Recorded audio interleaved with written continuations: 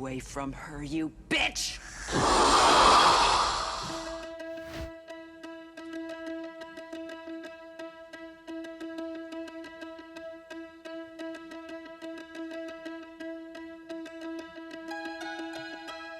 Listeners everywhere, welcome to The Movie Show with Joel and Ryan, the weekly fix for your screen addiction and a trusted source for discussion of all things film and television. Please keep in mind that for the purposes of this podcast, Joel and Ryan are not acting as journalists, but rather fellow moving picture enthusiasts. All of their opinions should be taken as such. Also, please be warned that while Joel and Ryan may seem like petulant children, they are, in fact, adults who may occasionally use adult language. While they promise to bleep out all the worst words, it's a good bet you will still understand what they were saying. And now, with no further ado, here's Joel and Ryan.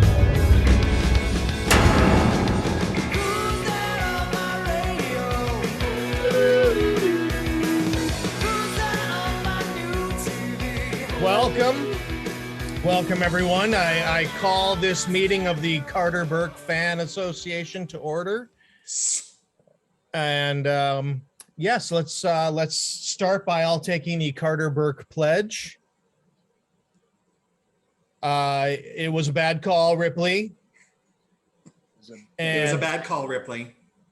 And I'm sorry. And I'm sorry. There you go. Hey.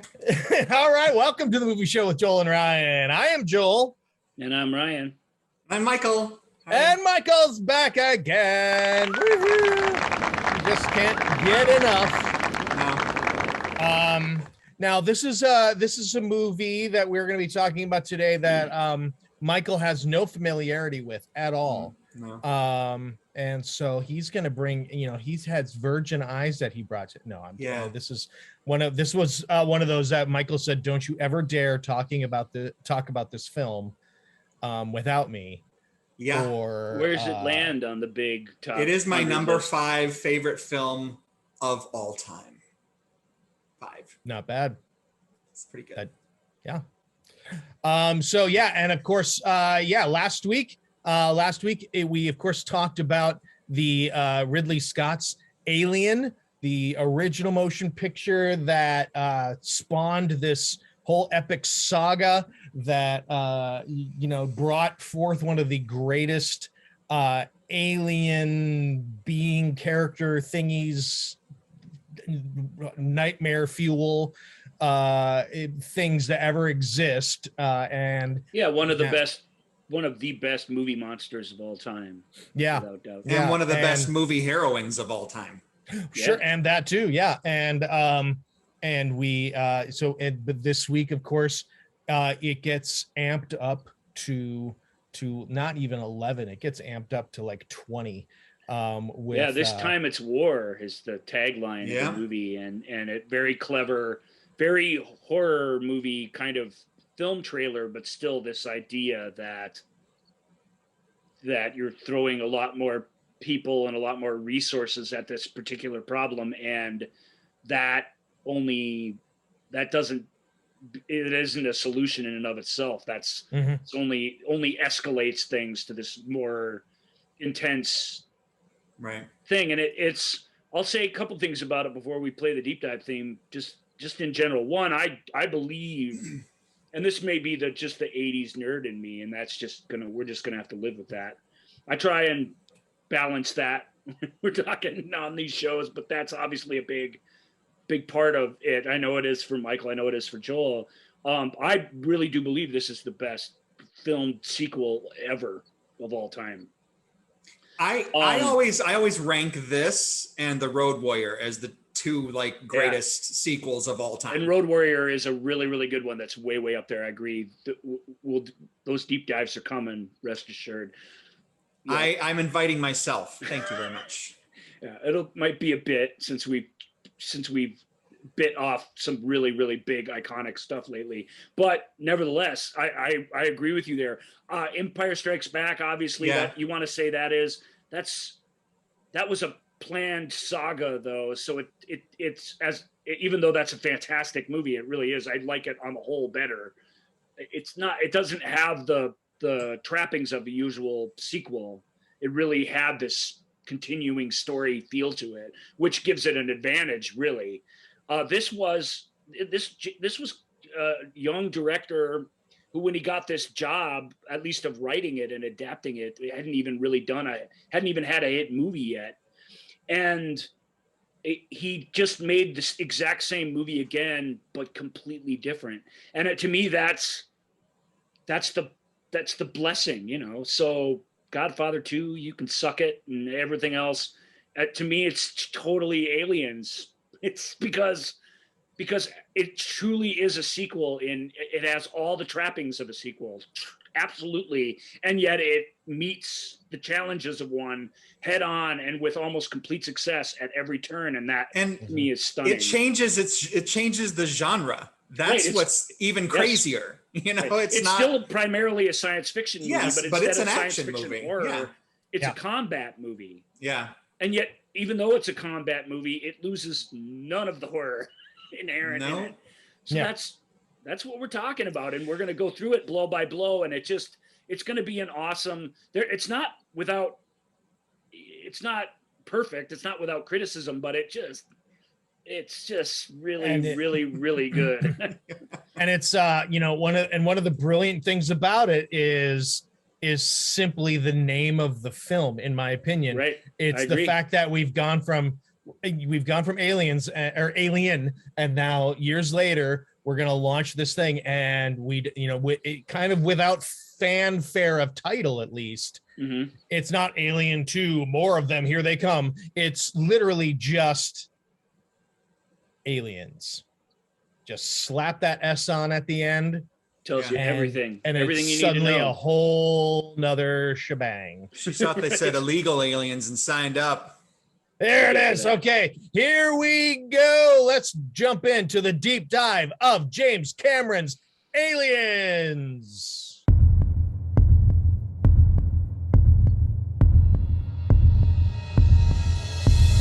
I have to do a deep dive. Deep dive. Deep dive.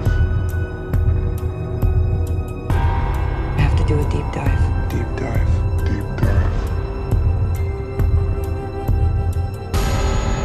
I have to do a deep dive. Deep dive. Deep dive. Deep dive.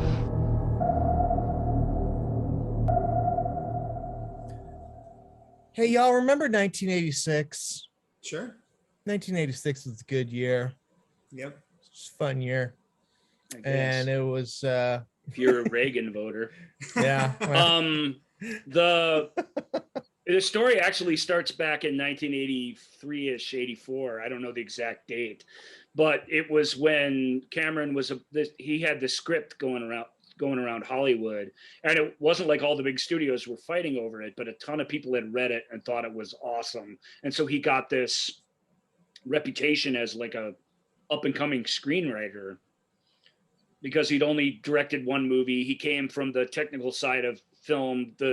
He did all the matte paintings and special effects and Escape from New York. And he designed that weird organic looking spaceship and built the model in, what's the movie? The Magnificent Seven in space, the Roger Corman movie. It was. Oh, Galaxy of Terror? No, but he worked on that too. Yeah. Anyway, he was a Roger Corman designer and basically do it all guy. He was this wonder kid who could literally, you could say, well, we want to do this. And he'd be like, okay. And he'd disappear and he'd come back and he'd find a way to put that crazy idea you had on screen. And he did this time and time again. But what Cameron really wanted to do was he wanted to write his own movies, and then he wanted to direct them. He wanted to be in charge of them. He took based on his experience behind the camera, he took the job of the Piranha sequel, right, on The Spawning, which is kind of important movie for him. He made friends with Lance Henriksen. That's been an important friendship through the years, at least through most of the years, and most of the big successes. And that has a fun story where they fired him from the movie, and he broke into the editing bay every night after everyone had gone home and tried to re-edit the movie. Oh my God. Like, he didn't care that he'd been fired. He refused to fly home from Italy, and he tried to edit his own film without others knowing it. and he made himself sick, and they threatened to arrest him, and finally they put him on a plane back to America. And it was on this plane ride back to America that he had this dream of this robot rising out of the fire, this sort of fever nightmare that became Terminator. And Terminator hadn't even been made yet when he met with Brandywine to pitch his story ideas for films. And he pitched several things, including an early version of The Abyss, which was the spy movie, underwater spy movie, or basically that he'd written. And I promised you guys a David Giler impression last week, so I'll do it. This David Giler took the pitch. The meeting was like,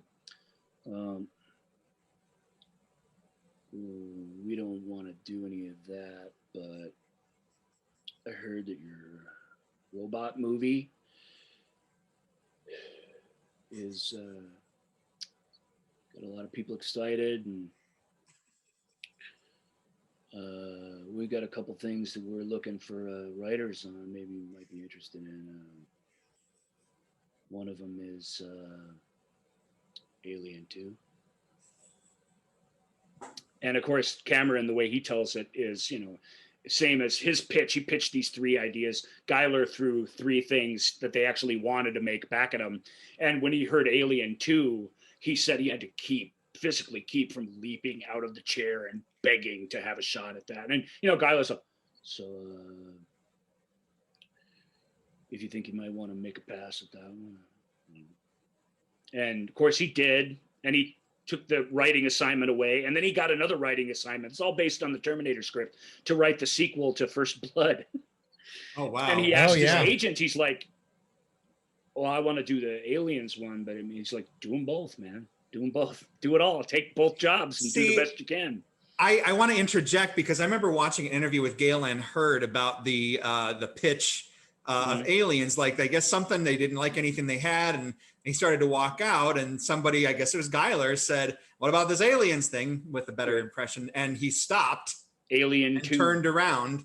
Sure. That's how I remember Galen Hurd explaining it. Like, he literally stopped and like, oh, let me go back, anyway. Not on discounting. Whether that's exactly what happened or not, that is metaphorically what happened. They all froze in place, essentially, and hopped on this thing and really, really wanted to do it. And Cameron said, well, I'll write that. Sure. Yeah, I'll give it my best. But I really want to direct it. And Giler said, well, we'll see how the robot movie does. And we'll talk about it. But take a stab at I don't know. Part of this is me. I don't know what Giler's exact words were, but I'm trying to do my best essence of him as I can.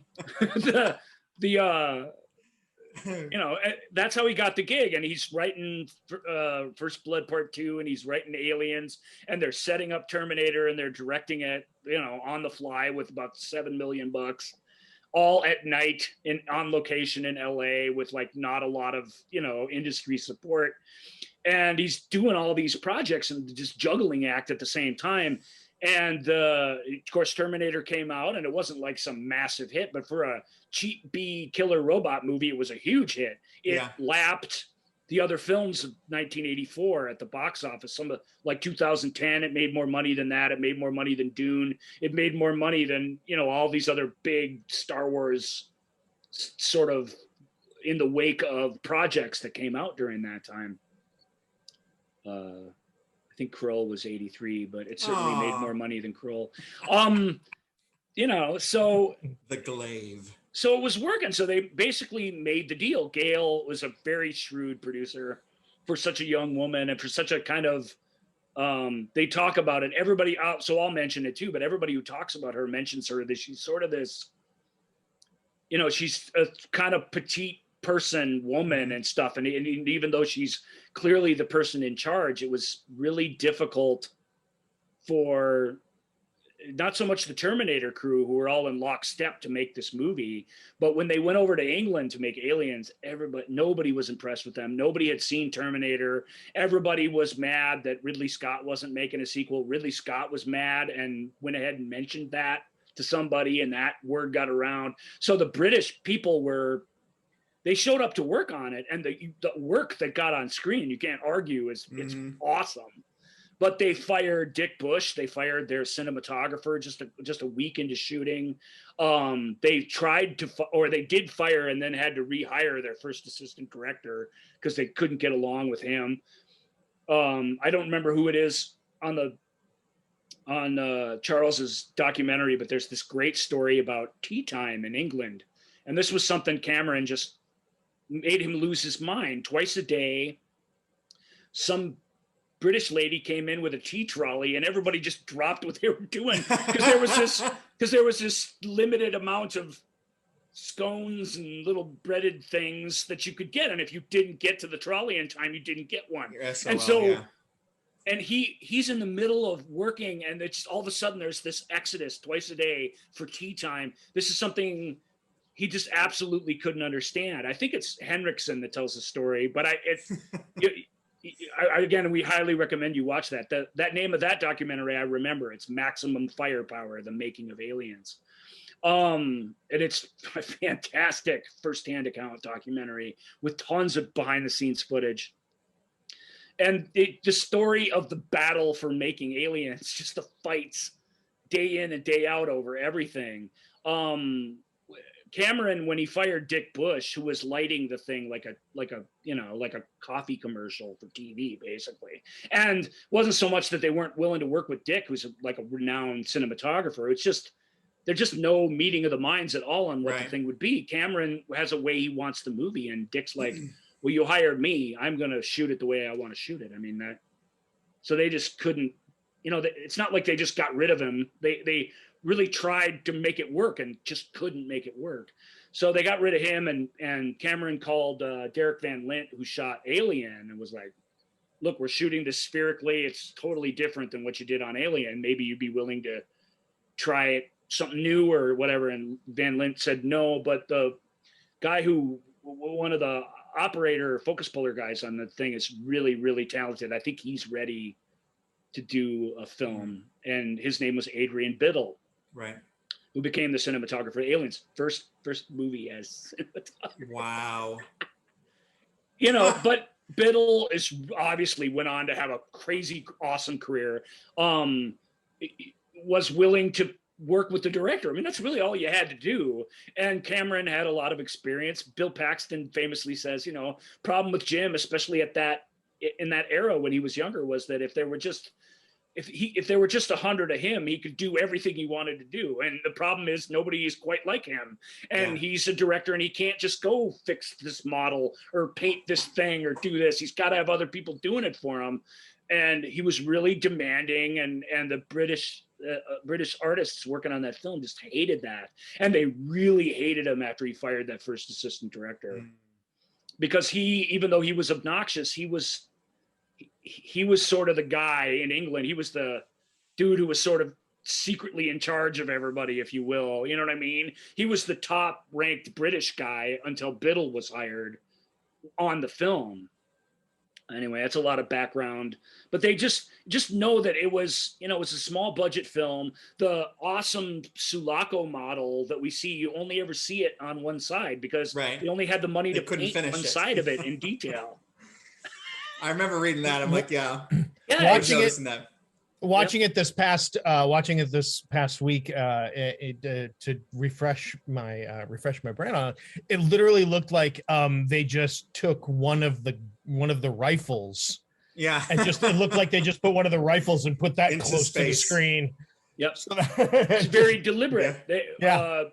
Ron Cobb wanted it to look like a rifle in space. That's exactly right. Well, sure, but I mean, literally, it looked like one of the actual props. They ran out of money, and so they were just like, bring one of the guns over, and we'll not put so much. But still, it does look like that is what it looks like. I agree. The rifles don't look like normal rifles either, so everything's been designed. But all those guns, they all had to work. They didn't have to shoot bullets, but they had to shoot blanks. They had to operate. They had to just create all this stuff. And when you think about that, the levels of effects work that are happening in that movie for that tight a budget, it is incredible how resourceful they were on that film and how huge and massively epic a thing that it feels like, in a way that Alien, other than when they're on LV-426, Alien doesn't really feel like a big movie. It feels like a trapped in a closet with a monster movie, which is, which works, as we've talked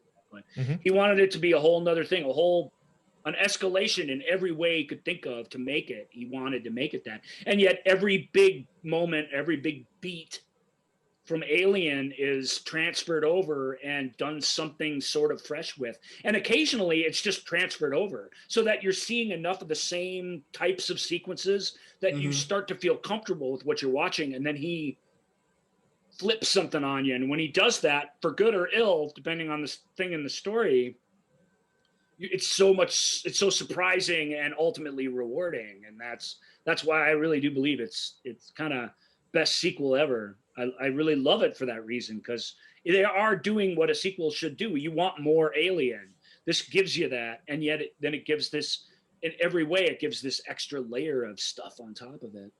But I think the biggest benefit for me of this film is the expansion. I'm assuming we'll get to it, but the expansion of Ripley and making her so. Well, let's talk about that. What's the next chapter on the list? Well, we're going to go into the beginning of the movie here. 57 years later. Yeah. So there's no, that doesn't come across the screen or anything, but I always think of that. Yeah. Ever since that number was revealed to me, and when I revisit the film, I'm always like, 57 years later. It's such a great number and such a, it's such a disorienting feeling for both us and the character, because we pick up with her right after she's closed her eyes and gone to sleep. Yeah. The ship, just like she had hoped, maybe not as soon as she'd hoped, but just like she'd hoped, wandered through the little warning nets that are outside our solar system and was picked up by a deep salvage team who think, hey, with this we found another floating piece of metal. Looks like it might be intact. It might be worth something. Yeah. But when they find somebody alive on board, then it's no longer there goes a salvage guy. Yeah. There goes our but you gotta talk about the fact that the machines that come in and unweld it, and they have that wonderful little music cue that it has the shape of a xenomorph head as it comes in. It's terrifying. This is a great Gale Anne Hurd moment, both of these. Cameron's like, yeah, we got the one welding machine, but it would be so much better in both moments, this moment and then a very key, not unwelding something, but welding something together late if we had, if it was teamwork, if there were two of them. And she was like, well, then buy one. And he's like, well, go get money from the studio. She said, I no more money from the studio. If you want that, just go get it. You'll find other ways to use it. And he's like, well, and I want this laser thing or whatever. And she's like, good, go buy that too. She basically was protecting him from the studio. She's like, they're not gonna, every time you have an idea and you want more money, they're gonna, it's already hard enough, the situation we're in. They're not gonna just give you everything you want. If you want that, go get it. And of course that cheesy disco laser light deal, that's shown up in the trailer for Terminator 2, and it's shown up in all these other Lightstorm Entertainment movies because he paid his own money for it. And then they just put it, they mounted it on a film crane, basically. But it's so innovative and it's so cool looking. And I mean, the whole thing works so well. Yeah.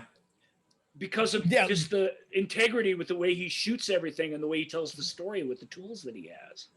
So let's quick talk tonally about the beginning of the movie before we get into some of the things that we learn right at the beginning of the movie. We come across the ship floating in space, and Michael, you're right. When the welding happens, I mean, when the welding happens, you're kind of like, okay, that's human. That's probably her getting rescued here. But you're right. That moment that the machine, the sort of machine comes in, it's got sort of a very fluid round sort of head, and it comes in and you're like, oh, okay, well, maybe it's the same sort of bait and switch that the first movie does with the ship and the engineer sitting there, but sort of. But then then they come in and they're in their hazmat suits, and in the first words you hear, I mean, is she's looks like she's alive. And then it's There goes our salvage guys. There goes our salvage guys. Yeah, just and a it's couple working stiffs in space. Yeah. Yep. Again, it goes back to that. This is routine. This is just. This is the future. This is what this is the journey of humanity. Is there's always going to be these blue collar type jobs. It's going to be blue. The blue collar jobs are going to be space mining instead of working in a mine in West Virginia or something like that. So I love tonally that it sets it up, and then you cut to the station, whatever Gateway. Thank you, Gateway Station, and there's recognize this place. Yeah. Oh yeah, and we get the introduction to Burke. Well, yeah, Ripley wakes up and the nurse visits her, and we get the company man who's assigned to Ripley's case, and it's played by Paul Reiser, which is just brilliant casting and a really brilliant performance. Joel is my Carter Burke cosplay. The Carter Burke on assignment look. Yep. I didn't bring out my suit coat with the collar that goes up. I know. Cool too. Don't let that fool you. I'm really an okay guy. Yeah. Yeah, he's so great. Paul Reiser, who of course best known as a stand-up comic, and at that time for sure. Mm-hmm. Yes, and with a very and his stand-up comedy style, he didn't work blue. He was a very affable. He was part of the stand-up boom, but his material was very Seinfeldian. Yeah. But even more so, it was more deliberately self-deprecating than even Seinfeld is. It was a little less. I mean, it was still, let's talk about our experience on the airlines, but his humor has always been so awesome because he's not like he's full of self-hatred or anything. He's a really funny guy, but he has these moments of, the joke is always on him and his stories. That's what's fun. And his approach to that is fun. He's like a mix of, he's like Seinfeld and George if you put them in a blender. And yeah, but it's like I had no knowledge because My Two Dads was a couple years after this, I think, right? So I had no insight into who this guy was. Yeah. So I was pretty taken in, but I mean, that was the truth of most of this cast. You don't have any preconceived notions of these people. He's perfect. He's this perfect 80s yuppie looking guy. Yeah. Even if it is in the distant future, he's exactly what the guy's supposed to represent on screen, even though that's not really what he is. But Joel's right. Casting a comedian, in this role and having the bravery to not be prejudiced against him because of that was great, because his timing and his humor again and again and again and really humanize him and lighten up these dark military type situations that we get into. It's really awesome. And that, but I work for the company, but don't let that fool you. I'm really an okay guy. It's just, it's everything we know about the company. And here we are 57 years later, still acknowledging that they're terrible. And, it's really, really funny. And he's the one that has to break the news to her that she's been asleep for a long time. He's got that whole, has no one told you this? He's not the one who wants to give her the story. Mm-hmm. But he does. 57 years. You were out there for 57 years, kiddo. Yeah. And you're damn lucky to be alive, kiddo. Yeah. Yep. It's But I think the benefit to having Reiser though is because he is such a seemingly nice guy, and then to realize where the Burke character goes. Yeah, we're going to go there. You don't need to. I know, but I'm saying that initially it's like, okay, he seems pretty okay. He seems more than okay. He's a super friendly, nice guy who is full of good advice and support. Even though he's kind of useless company stooge, is very likable. Yeah. Yeah, and if you were familiar with him, he really was only known for Diner and the Beverly Hills Cop movies at this point, in which he plays, Diner, he was a stand-up comic. In Beverly Hills Cop, he's just kind of this, his job was to drive the Ferrari around to make it seem like Axel Foley was still in pretty funny. He's a funny guy. Detroit. Anyway, the dream sequence we'll talk about. So she's talking about, you like, get 57 years. Oh my gosh, I can't believe no one's talked to you about this. Hey, are you okay? And she's like, whoa, it's like bad indigestion, 57 years of No, but the fact that Jones reacts in a way that we are familiar with. Yeah, and let's talk about this. Let's quickly talk about this. It is Jones even freaking out in that makes us feel like this is very real, and this is we get the Jones suddenly, and what does Jonesy then do? Jonesy just like trots away, and looks back and is like, I'm gonna watch this. The person who saved my butt before and got me home. Even in Ripley's dream, Jonesy is just Jones. But it's intense when it's intense anyway, because it's done in an intense way, and because slow motion. James Horner's alien metal clanking is like really jarring, powerful thing that comes in, and that when you see that lump on her chest get bigger and bigger, I mean we're not ready in this moment for this kind of thing to be happening at all. And of course, she wakes up. It's a nightmare. It there's that relief or whatever. Hey, we have a guest. Hi, we have Ben. a guest today. Yeah. Hey, Michael Klug. Hey, Ryan. Hey, buddy. Number but one I fan. think what's great about it, I mean, I'm a big fan of you, Michael Klug. Oh, well, thank you, sir. It's just a rinse. Wow. Oh. I've never gotten that before. He's not a big fan of me. I'm a big fan of you, Ryan, so it's good. Oh, all right. But I think what's great, I mean, because I think we're going to get into this later about Cameron's writing, right? Mhm. But I think some of the amazing lines, and you get your first real one here, is when she says, do you want something to help you sleep? And Ripley's like, I've slept enough. Yeah. Which is so, as a kid, I didn't quite get what that meant. Oh, she's okay. Yeah, she just woke up. Not realizing, oh, it's the 57 years of sleep, Right. It's such a smart, wonderful line that I don't think everyone probably caught. Well, and we can't do this with the whole movie, but I'm gonna ask you to do your quick impression of the nurse over the video after she says, I've slept enough, because I know you have one. Do I?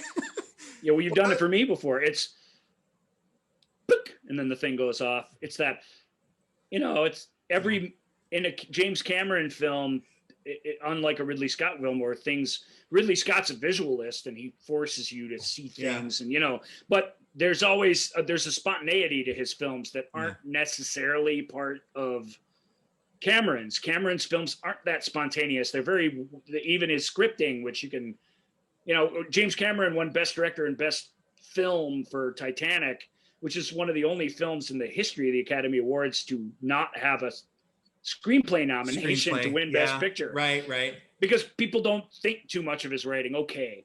But he writes a smart script, a really well-structured stories, first off. Yes. From what happens in what act, and where the surprises and twists are, and where we can milk things and where we got to cruise. Like, he just has an innate sense of filmmaking that starts with his writing.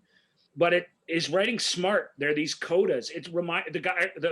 The screenwriter everybody praises that it reminds me of is John Sayles. John, if you watch a movie, especially one he directs, but really anyone he writes, you don't get to leave the scene without some sort of, I don't want to say like couplet, but some sort of landing the idea at the end of the scene. Like it is always in play. And Cameron, he does that a lot too, and it's very powerful. That's interesting. I've never really made that observation, but now thinking about it, I'm like, but it is something that I think maybe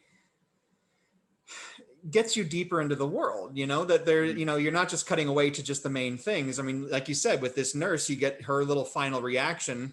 Yep. It's the last time we see her. Yeah. And hold. Also, this is a movie that is all about PTSD before PTSD was really a thing. Absolutely. Yeah. And and I sort of that the attitude of the nurse where she's like, and it's just like, oh, and then the signing off. To me, it is that it's sort of that. But nobody knows yet. Okay. Nobody necessarily knows. That's true. Nobody but her knows the story yet. But it's good to remark on that, because this movie was changed a lot from how he wrote it. But both the two films he wrote at the same time are both Vietnam allegories, and they both are full of PTSD and dealing with that head on. And he didn't do that on a whim. He researched that idea. He talked to people, talked to soldiers, talked to veterans. That made it into both films. And this one where he maintained creative control to the end, it really, really sings in it. We are talking about the director's cut, such as it's called, or special edition. Special edition is its technical name. But Cameron has said that's his preferred version. But I think the one thing to say about the fact that, you know, we talk at length about how long it takes for you to like Ripley in the original film. Obviously, we have the benefit of knowing what her journey has been. We've but this is an her. immediate thing. Like with this dream, we are 100% on board with her from the moment she appears. Do you know what I mean? It's like it's built in. But I think Cameron kind of seals the deal with the dream and the, you know, she's dealing with all this, you know. Alien was a movie where you really didn't know when it started who your hero was. That's a brave thing to do. I wrote a script once, and Michael's big note to me was, got to know who the hero is. And I was just like, I can't bring myself. It's the only note of Michael's in all of my writing experience that I refuse to take, because I just want I want it to be a surprise. I want it to reveal itself in time. Yeah. But this movie's different. She's a star now. She's been in Ghostbusters. She's been in Year of Living Dangerously. She's been nominated for an Oscar. No, not yet. But she's about to be. Yep. You know, she didn't really want to do a sequel to Aliens. And she really, when she read it, didn't want to do a big shooting movie with all these guns and stuff. It really, you know, it took a lot of convincing. Well, she's kind of a pacifist, right? So that I remember hearing that or reading an interview or something that more than that, wasn't about the guns. Just hates you know? guns and doesn't want to be around them, doesn't want to glorify them. She just, you know, and I think they could have just used flashlights like they did for E.T. once upon a time. I think you mean walkie-talkies? Oh yeah, flashlights when they come walking in the house. Yeah. He had to convince her that he didn't really like guns either, even though he's the so he was doing the Ridley Scott. I don't really like these kind of movies either. No. Well, but he doesn't. It's all of his films up until this point are all anti-nuclear war films. This one included. They all have actually all the way through True Lies. Other than they all have nukes going off in them, and showing what a terrible thing that is. Like he isn't. He's into guns. He'll admit that. But he isn't pro-gun. Like his films don't demonstrate that if you got a gun, you're awesome. Well, yeah, it doesn't demonstrate that they're going to be an end-all, be-all solving. It doesn't even really save her learning that stuff. The character doesn't really even save her in the end. Gives her a little bit of a moment of catharsis, but she's saved by her wits and her tenacity, not the guns. Mm-hmm. And you know, all his films are like that. So I get what he's saying. He had to make that case though on behalf of himself. He was a stranger to her. He's like, you have to trust me that that's in there, that your feelings actually, even though this is a big violent shoot 'em up film, that your feelings are going to be represented in the final product. Yeah. What she really, really did like about the script was that it is revealed in the second scene in the director's cut that she's a mother and that she left behind a young daughter who has died while she's been out in space. Of old age, apparently, right? Yeah. Amanda Ripley McLaren. They bring out a picture of this old lady. This scene was cut out of the theatrical cut. The whole through line of her having a kid basically was edited out, and that upset that upset Sigourney a lot when she saw the premiere of the version, because she thought that was the whole thing. I think Gail Ann Hurd, it was her idea to cut the stuff out, was like that plays anyway, her maternal instincts. And of course it does. It does, but the issue is like stuff I know we're going to talk about that doesn't need to be in the special edition. In my mind, that, yes, her maternal instinct is apparent, but having this information to me just opens up an entire world of emotion for Ripley. Like it's such an amazing history that it takes her from a very different place. She's no longer rich. Yeah. She's no longer one of these Nostromo crew members who only have last names and can only deal with the situation in front of them. She's in the very first and second scene of the movie. She's the star of the thing. She's our focus, our emotional tether to the world of the story. She's all that stuff that a big star in a big movie should be. And this is, I would agree, it's a big part of it. It's a big thematic part of the film. It is motherhood, exactly, in its purest way, like this, or even in its darkest way, like a mother of a hive. an animal hive. It's like it's you take something away thematically from it when you take. Well, we also get the benefit of getting a little more from Burke as far as being sympathetic. Do you know what I mean? It's just a little extra on his end that you could use, you know? Yeah, Burke, I mean, and to get back, my segue was gonna be one of the things we know about Cameron also, you know, in addition to maybe he you know, he's critical of warfare, but kind of, you know, digs guns. He is very critical of big business and corporations. And then we cut to the inquest. This is what Carter Burke is, you know, and David Giler must have loved that when he read this script, because that's something that the previous director and previous writers didn't like, that he alone brought to Alien, really. And here it is front and center in the sequel. Like I know, and it's like, and it's as tickled as that guy's dark little heart can get, I'm quite certain that he thought it was pretty cool. And you know, and what the inquest essentially, you know, what we learn from the inquest is into what happened with the Nostromo crew and everything, is that, you know, look, all of these things happened. We're gonna even if we agree with you, we still have to point the finger at somebody. Somebody still has to be responsible, and you're the one saying yourself that you blew all this stuff up. So therefore, we understand you were Ripley, under duress. You know, we're not going to send you to jail at this time. At this time. But you are going to be it's some great Cameron psychobabble. You will be subject to a period of psychometric probation. And they strip her of her officer's. I want to do a quick impression though. And found something never recorded once and over 300 surveyed. Anyway, I always loved that woman. And then great. We get, you know, and the guy next to her who can't stay awake in the meeting. Like the whole thing is. It's so good. It's really. And then we get the little additions too in the special edition. The just little chunks of things you get. And then we get Carter Burke again. And the sort of sympathetic behind her, the backdrop of the film. It's in this little conference table with the slideshow of the crew. You get to see each one of them from the Nostromo crew. Deceased, and it's by in the background. It's powerful. Well, it really is.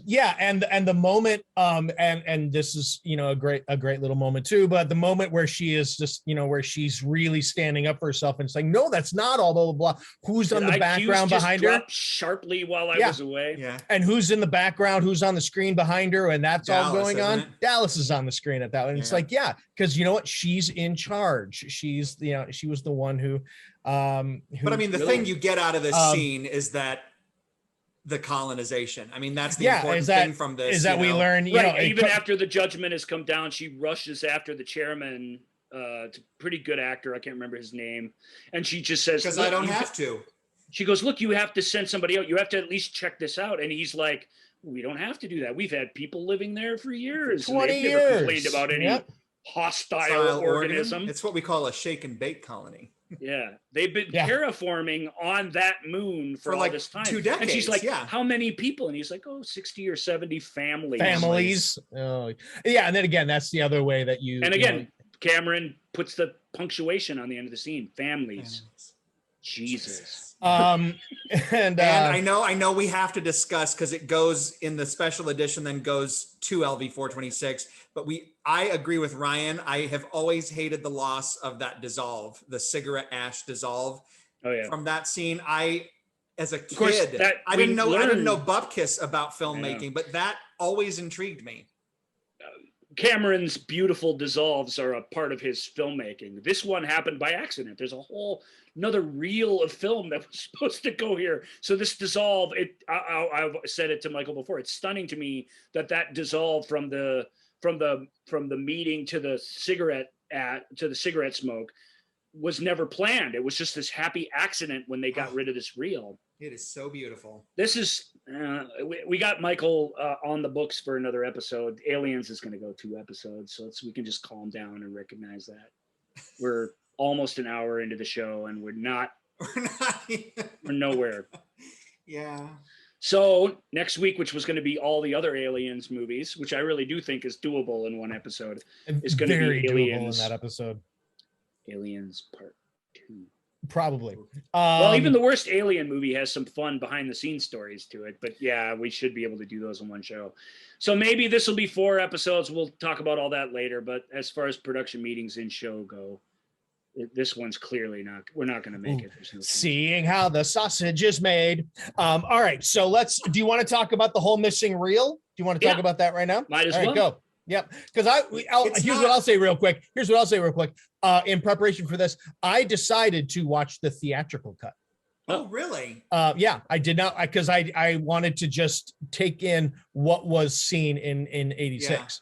And but you've seen the director's cut. But I've seen the director's cut many times. Yeah. Well, Michael and I, but that aside, Michael and I both said through the years that this was a good cut. Actually, if you needed to buy time, it's a good cut. This also was Gale Anne Hurd's idea. Because Cameron was frustrated. He wrote a really well written script. He shot it. He edited as tightly as he could, and he couldn't get the thing under almost 240. And it needed to be, they were willing to go about 218 or so, which was actually pretty generous for the time. Yeah. But he needed to get there, and he didn't know where he could buy 20 minutes. One of the big one that Gale said, well, just cut out reel 3. And he's like, what? I mean, this is the interesting thing, because basically everything in the special edition I need and want. Yes. This sequence, watching it 2 weeks ago, I don't need it at all, because I think the discovery when they land is far creepier if we have nothing to base it on. I think it's a good cut. That said, it's not a bad sequence in and of itself. So let's talk about it. We cut immediately from there to this outpost that was mentioned. Again, it's well structured and well written. We know right where we are because we were just talking about this place. And you got the kids on big wheels playing in the hallways of this place, and we get to see where the entire second half of the film takes place in its full and its well lit, living, breathing form, which I think is kind of and we get another glimpse into that working, stiff, blue collar scenario. I mean, it's in full view there. Yeah, he's like, don't ask. Yeah, don't ask. Why don't you ask? Because it takes 3 weeks to get an answer out here, and the answer is always don't ask. Yeah, exactly. It's a little overwrought, but still, those guys are kind of fun. The kids playing around, seeing this group of kids. It's a little jarring, right? It's unnerving knowing. It is, because you know where the story's going. This isn't good that there are these kids playing around here. This is terrible. We're all having the same reaction that Ripley did when she heard that there are families on this planet, just walking distance from this terrible thing. Hundreds of eggs down there. It could. But I mean, it can impregnate the whole place. Yeah, but I mean, I don't think this affected me. I mean, obviously, having seen the theatrical cut thousands of times, when I first saw the special edition, I think with you, Ryan, is seeing the kid thing. If you were watching it first time with the kid thing, yeah, it's unnerving. But I think having known where it's going to be and how they're going to be discovered it is really upsetting. I think so. I mean, in that way, so I appreciate that little chunk of these sequences. It's a tonally very light scene, and yet if you really think about what you're seeing, there's pretense of terrible things to come. I mean, and then we cut to the guy they were just talking about, this prospector who's out investigating, a quote grid reference, and we see them. It's him, his wife, his son, and his daughter, and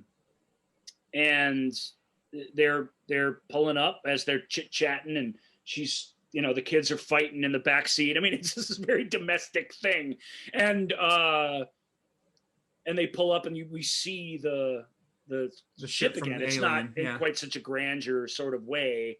But he does it in a very clever way, where he shows the scale of it. You just tip up and see the very kind of tip of that familiar texture to the derelict spacecraft hanging down over you. He says we did the best we could with that. With Ridley's film, it was this entire section. It was the centerpiece of his movie. With me, it's only going to be in the movie for a couple seconds. In the end, it wasn't not at all. It wasn't in the movie at all. Exactly. but we know what it is, and they don't know, and they're like, well, should we go check it out? And they're like, yeah. And so mom and dad leave the kids behind in the car. They talk about playing hide and seek. I mean, it foreshadows all this stuff. Yeah. They talk about playing hide and seek and how the little girl is better at hiding than all the other kids because she can fit into all these little crawl spaces and stuff that they can't. Well, Carrie Henn, that's actually her little brother that's playing her little brother her big in the brother. film. Big brother, yeah. Yep. The other thing I don't want to pass this up too actual quickly. brother and sister cast in the movie. Yeah. Is the fact that whoever heard or Cameron, whoever figured it out, but the fact that this is a terraformed planet, you don't have to deal with the clunky headgear. So the moment they get out, they're just walking freely. I mean, they got some face masks, protective masks, but I think that was like the smartest development for the sequel, that you don't have to deal with this, because that would obviously right. And not only do you not have to deal with it, but again, it's thematically linked into it. These people are making these places into commercially viable enterprises. Well, no, I look at it as, let's do this because it's going to be easier to shoot. Like when horror film producers now shut everything in the 80s so that I promise you, when Cameron's don't have to deal with cell he doesn't phones. write anything to make things easier for him to shoot. He writes only difficult things, and then he finds a way to do them. So I understand what you're saying. That's true, but the terraforming isn't so that we don't have to have spacesuits. I can just promise you that. It's linked into the story that he's trying to tell. Well, it is, because we know where things will go. I mean, what the processing plant Not is even that. It's doing. what the future is. Making these planets. Building better worlds. Building better worlds, right. It's big business. We lose quite a bit of that angle on this storyline when we lose this scene. It's still in there, but I've never had a problem. I think the moment that the team steps out of the personnel carrier, right, you immediately just because they've established it enough that it's like the air is breathable, done, go. Right. That's what they're there to do, is that the air is breathable. Right. Frankly, the air is almost breathable when they first land there in the first place.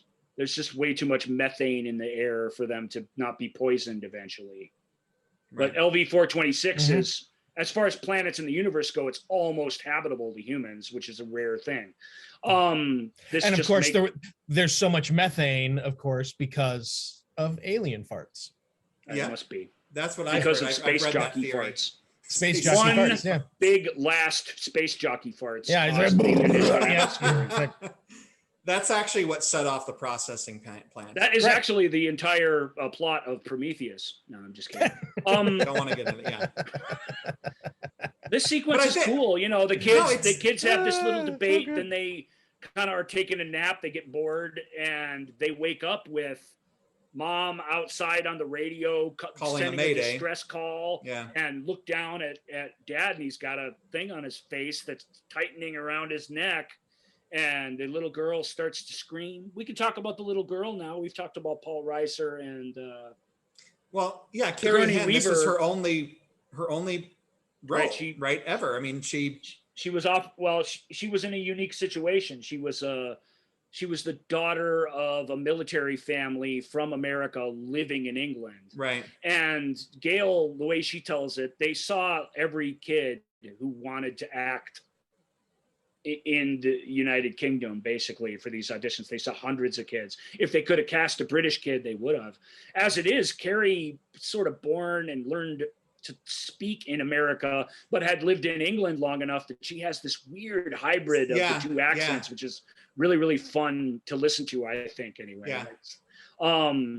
But Gail said she got on the short list because she was one of the only kids they saw, after many, many kids in a row, who, when she was done saying her lines, didn't smile, because she hadn't done hundreds of commercial auditions and things. She wasn't pitching the idea of being a little girl. She was just this little girl. He had this sort of weird, morose delivery of these lines, and just seemed to naturally be what they were looking for, was this shell-shocked little girl. And that's how she got the role. And yeah, they cast her brother, because who better to do a little scene? He just came along to the audition. He didn't. He didn't intend to be in the movie, but they have a chemistry together in this quick scene that you don't always get from kids who are strangers. Well, it's I mean, very believable relationship that they have, because I think one of the other reasons I don't care for these sequences, I find it more interesting. Shut up, Joel. That when we find her in the theatrical cut, like it's so much more interesting. And I guess there's a little bit of, when they have the movement outside medical, I like the fact that we really don't know. I mean, as it is now, if you're looking at the special edition, you could assume maybe it's one of them. So it ruins some of the You'd have to mystique. be thinking fast to assume that, but you could assume they give you all the information you need. Yeah. To know what so it is. I think that nix this and everything else in the special edition stays. Yeah, that's my ruling. To me, that's the perfect version of Aliens. I agree with you. But like I say, I still like this sequence for what it is, and I can't unsee it. It looks good. Yeah. Yeah. It looks good. It's well acted. It's well thought out. It's well constructed. It foreshadows without pounding you on the head with stuff. It does all that stuff it's intended to do. Yeah. But I agree with you. I wouldn't cut anything from the special edition. And that means we get back the ash. Not that ash, the cigarette ash, right? Indeed. Which I think Not though that that's ash. reason. Not that ash. I think that's silly listeners. I think that's not a what we were subtle talking about. reference, though. I think that, seeing the cigarette Sure. ash, I think that he's paying homage to It's some the primal horror. reaction by the audience Well, member. and the dissolve to the cigarette smoke is a thing of beauty. I agree, but the hard It is, cut, yeah. the hard cut from the scream to silence and just the peaceful cigarette smoke is also pretty effective. Yeah. It is. So we have so Ripley is hanging out smoking. She's has bad haircut. habits. She got a haircut. Time has passed, and we get a knock at the door, In and a not very nice apartment complex, by the way. oh yeah, no, her. Not bad She's for space. It's a nice studio style. But I'm assuming apartment. we're on Earth at this point. She right? never goes back to Earth. She's still on no. Gateway. What? So when you, Yeah, that's where she works. Well, I'm saying when you consider she's still on Gateway, it's not that bad of an apartment. See, I have always assumed that she went back to this was an Earth sequence. You know what assuming does? It makes a big ass of you right here on our show. Whatever. Mhm. I think that's how the never phrase happened goes. before. Yep. No, it's not like they come out and say it. You're not making a crazy assumption, but I just know it is canon that Ripley doesn't make it back to Earth. She gets. Well, I she guess gets that's to a space important station because orbiting Earth, and she never really goes. well, back. because of Resurrection, we know that that's a big thing. You're right. Okay, I never made that connection. And but so she's but, working. She took a job on the station, loading and unloading in their shipping and receiving department, and has never left. All I'm saying is, given that she's on a space station, that apartment's pretty great Okay. because she got it to herself. There's no bunk beds. You know what I mean? Yeah. It is though. It feels prefabbed. It feels like a outhouse with the weird plastic doors and stuff. I mean, it really is. And there's some trash and debris out in the hallway. She ain't living large, I guess is No. what is where we're going with it. Well, and, I mean, she doesn't have her commission anymore. She's right. Yeah. And but I think it's psychologically interesting that she can't bring herself to go back to Earth. You would think somebody with her skill set, suspended or not, would have more opportunities there. Right. But Earth may be a place we don't recognize anymore either. It's hard to say. It's all a tease that we only see Right, but these it's also little that bits. Amanda, the memory of that could be keeping her like, I don't want to, what am I going to go back to? Right. Absolutely. In fact, that's what I always figured it was. There's nothing there for Interesting. me.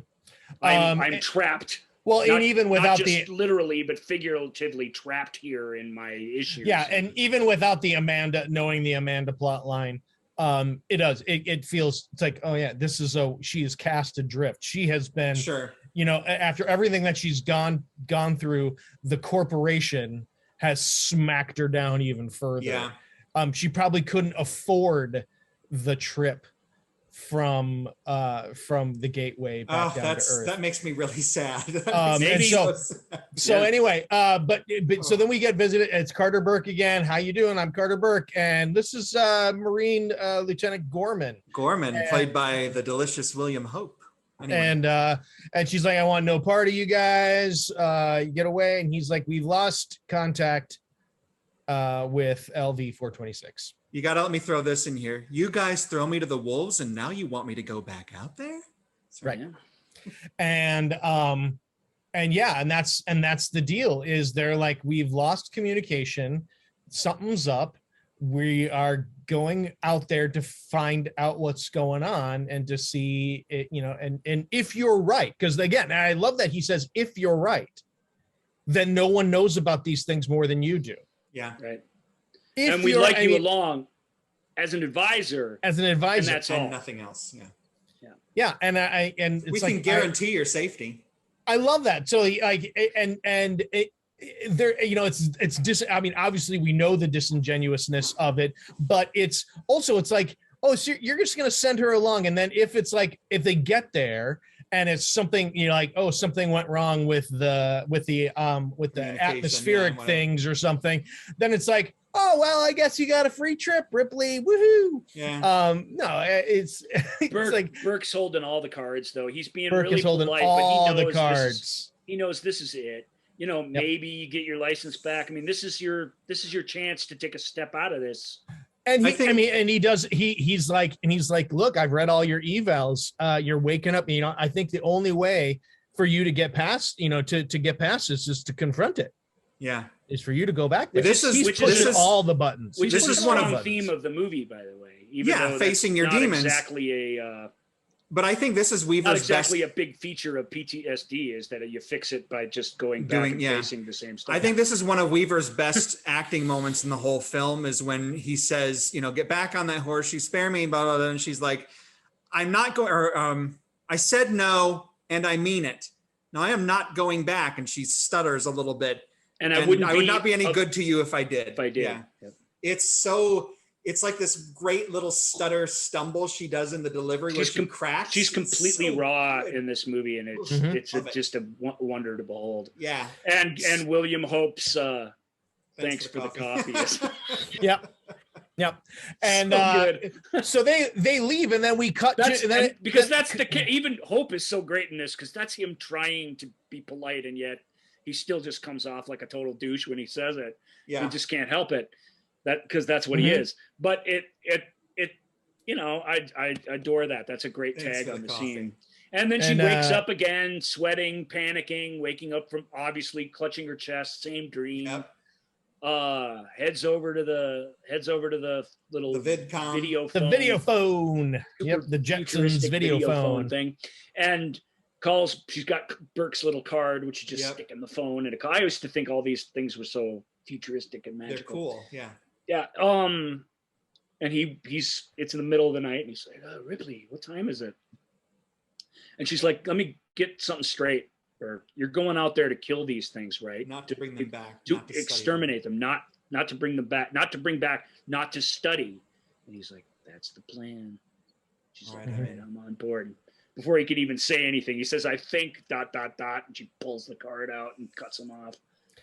And I also love Paul Reiser does this thing when he's like, he gets in the camera and he's like Ripley, and then he looks back like, yes, I was just gonna bring that up. He's like looking whoever's in bed with him. I love that detail. It's so cool. Yeah, it's a great it's a dumb little thing that I've always loved. Again, that makes it live. He's in bed with someone, Yeah, and he even said, and then he says, "Are you okay?" Yeah. It's really well done. Really super well done by all involved. So and then Jones is told that he will stay. That's true. I forgot that. And you little shithead, you're staying here. You're staying. And here. I knew at this point that everything was going to be okay because Jones isn't a part of the show anymore. Mm-hmm. He's not going to distract her from. Well, we get a different type of Jones. Oh, the old adage: never work with animals and Jones children. Doesn't get old Jones. Jones doesn't seem impressed by that at all. He does not see the charity in that statement. Yeah, he doesn't see the charity because he's like whatever. He's like 100-some-year-old cat at this point. Yeah, and he's like, he's just gonna chill. He just wants to, Mm-hmm. He's like, have you seen the mice now? I want to know. I wonder if it's scripted that way. Jones's eyes slightly narrow. Love it. So we cut to then. We get to. We cut to the Sulaco, which is the marine transport vessel and we go through the old sequence, kind of like we did with Alien, where long the computer tracking shot throughout the halls of Sulaco. In the special edition, we get that extra. Yeah. Yeah. It's, and you this still one, get something of it in the regular movie, but a little bit. You get a very long. Let's look at all the bits and pieces of the Sulaco, which I appreciate. Well, I actually like in the special edition watching it recently that because when they get out and they just start doing things, you don't see. I love that you get the full layout of the mess hall, the locker room, where everything is. I really enjoyed that. I thought that was really fun. Yep.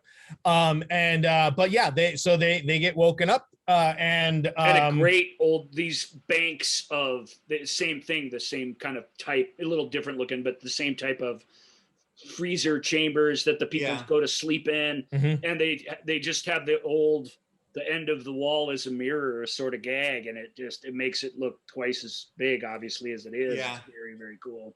And you can kind of see the repeated footage if you look closely for it. It's there, but and then it's you an get old trick that I like. One of the things that I love is that you get, one of the little clues that but this time is different is because it comes up and and they're waking up and all of a sudden cigar in the mouth. Yeah. And we're like, oh, okay, this is Apone goes right to the cigar. And all of a sudden it is, these are military people. It is, and this is something that they just do. They get sent out and they go through these cryo sleeps. Asleep and woken up a million times. Yeah. And he's like, I gotta have my cigar right with me. Yeah, that he has it and just sitting there with him so that he can. But it's a great establishment that there's a rapport and that there's a familiarity between all these people. What's the name of the character that plays Apone?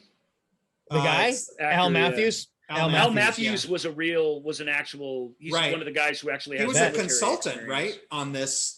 In some level, right? Yep. He brought the main military cast through a sort of training exercise along with in cooperation with the British military because they did it in England. But he gets the drill sergeant. He's got it down because he's a pretty warm and fuzzy guy that they all clearly love. And yet he's full of tough talk and getting them to hustle and motivating them. Cameron called them colonial Marines, but he said the Marines he's met since have proven to him that these guys really are a Vietnam era general infantry unit. They're not like what Marines were then or even now. They're very much this sort of drafted group of people, or in this case, more likely in it for the money, sort of privatized military unit that gets sent basically by the company to go out and investigate these sort of things.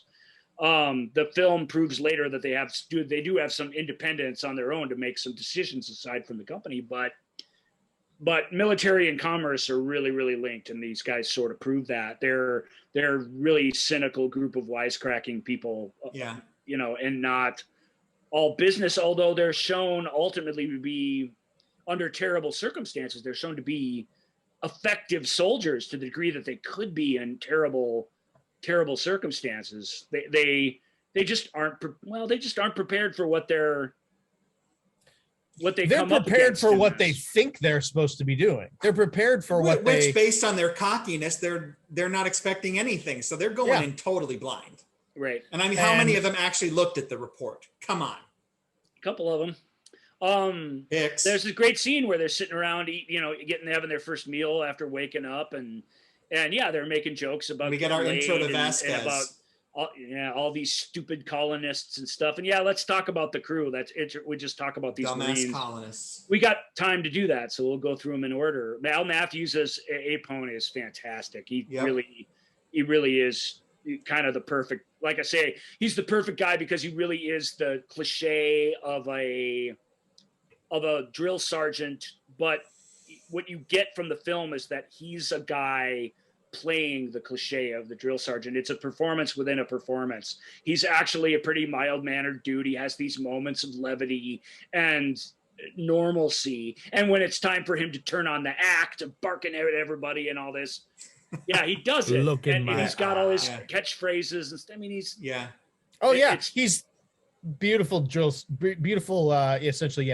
sergeant, drill sergeant. It's a commander. Fun character that's not just what we're used to. It's that but there's more to him than that, and I really dig that about it. It's the There's same some with juicy color same to with study. Gorman. Gorman's the stick up his butt lieutenant who's in charge of this, so we've met him already. Yeah, and and we know why he his stick up his and we know why he has a stick up his butt, because he's incredibly inexperienced. right. yeah. You know, he's But I he's- mean, it's also a performance within a performance where he's really acting the guy who's competent and in charge, and it has is fully versed on all the protocols you do in this situation. He knows everything, Right. but he just doesn't have combat experience. but we get the wonderful insight of them pointing out that he's sitting at the table with the civilians, you know, which Yeah. is an automatic. Oh, yeah, that's not well, good. let's go to the corporals then. We got Corporal Hicks, who's this. Yep. Corporal Hicks. we and have Corporal Hicks. There are three Michael corporals: Biehn. Corporal Hicks, Corporal Farrow, and I can't remember the other corporal name. The medical Dietrich. Dietrich. Thank you. Dietrich. Corporals Dietrich and Farrow. Yeah, so Farrow's the pilot of the Pilot. drop ship. She's a sort of different member of the Marines. We won't get too much into her, but she's fun.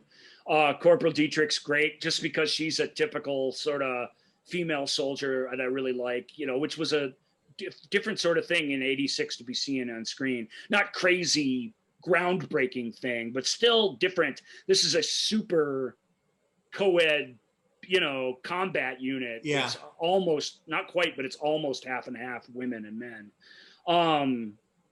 Yeah, Corporal Hicks, pretty soft spoken. He's what's he say? Eat your cornbread, boy, it's good for you.